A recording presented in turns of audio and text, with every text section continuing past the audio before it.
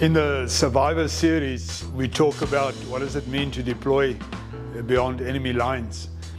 Think of maybe special forces, and you're part of a small team and you have to deploy beyond enemy lines, and if things might go wrong, what would be some of the principles that would help you to survive?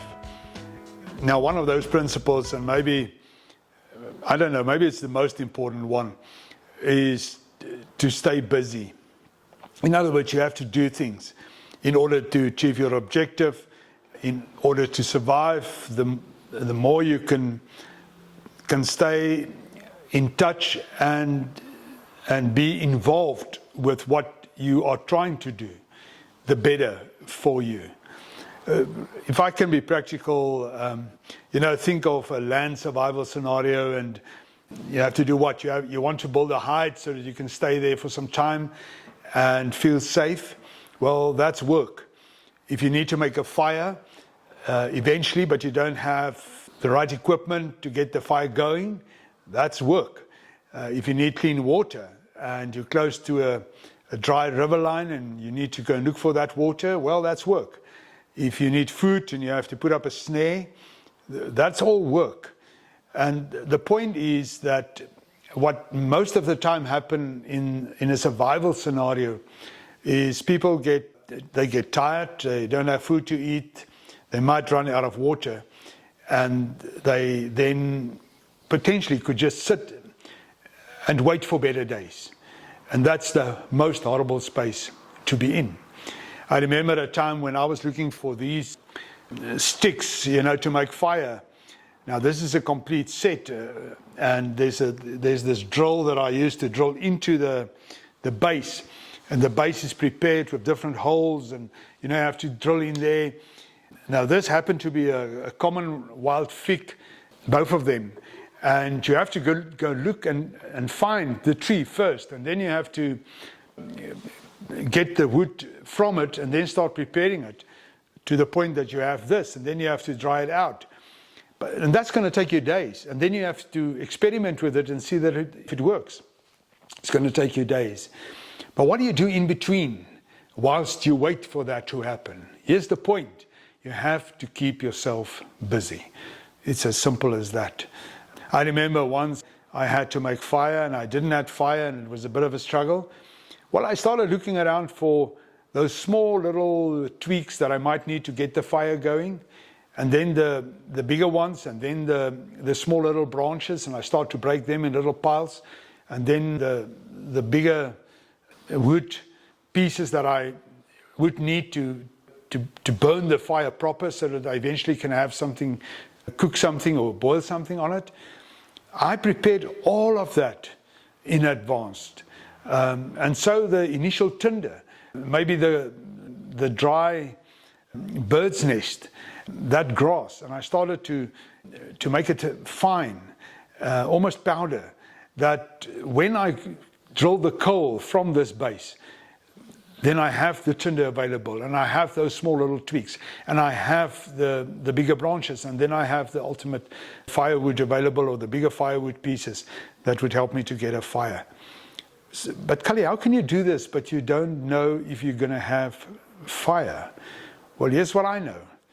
Doing that is better than doing nothing.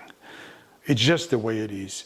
If there's nothing, then your brain, your whole thinking process will take over, and you might focus more on not having, not being able to get what you want, not being able to cope. In the end, you might even become negative and or cynical, and you might give up. And that is what you don't want. How does this apply to our personal lives? Maybe that of business, exactly the same principle. I see many people who, they work hard and they desire for the day when they retire, game over. And on that day, 55, 60, they hope to then be in a space where they can actually do nothing. Because it always sounds so nice if you can only be there. And then the reality, or the hard reality of that thinking, is that when you get there and there is nothing, it is potentially the most horrible space for you to be in. And you're going to have to apply exactly the same principle later in your life. It's better for you to stay busy, do things, and then by the time you go to bed to sleep, yeah, you're tired. But it was worthwhile achieving something. And if I may say it like this, these incremental little things that we achieve in life, it doesn't have to be big. They all become building blocks of another great day in life. And you need to think about your life in that manner. So back to the Special Forces guy who deploy beyond enemy lines, you have to stay busy. If you were to deploy beyond enemy lines, let's assume for a moment you can only work at night, which is true most of the time.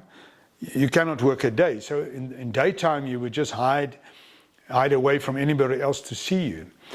But even in that little space of discomfort, and get your awareness levels up for what's happening around you, and try to stay there for hours and hours and hours, 12 hours, 14 hours, from sunrise to sunset. Question, what do you do?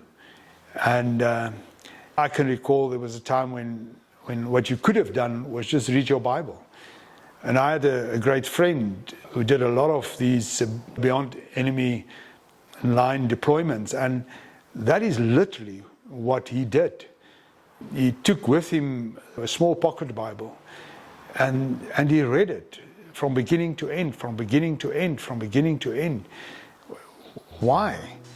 That's better than doing nothing. And that's the principle. Now, I said in the beginning, I think this is an important principle, so let me then end off by reminding you that you have to smoke these principles in your pipe. And this one, maybe even more so. It's a good one. I wish you well.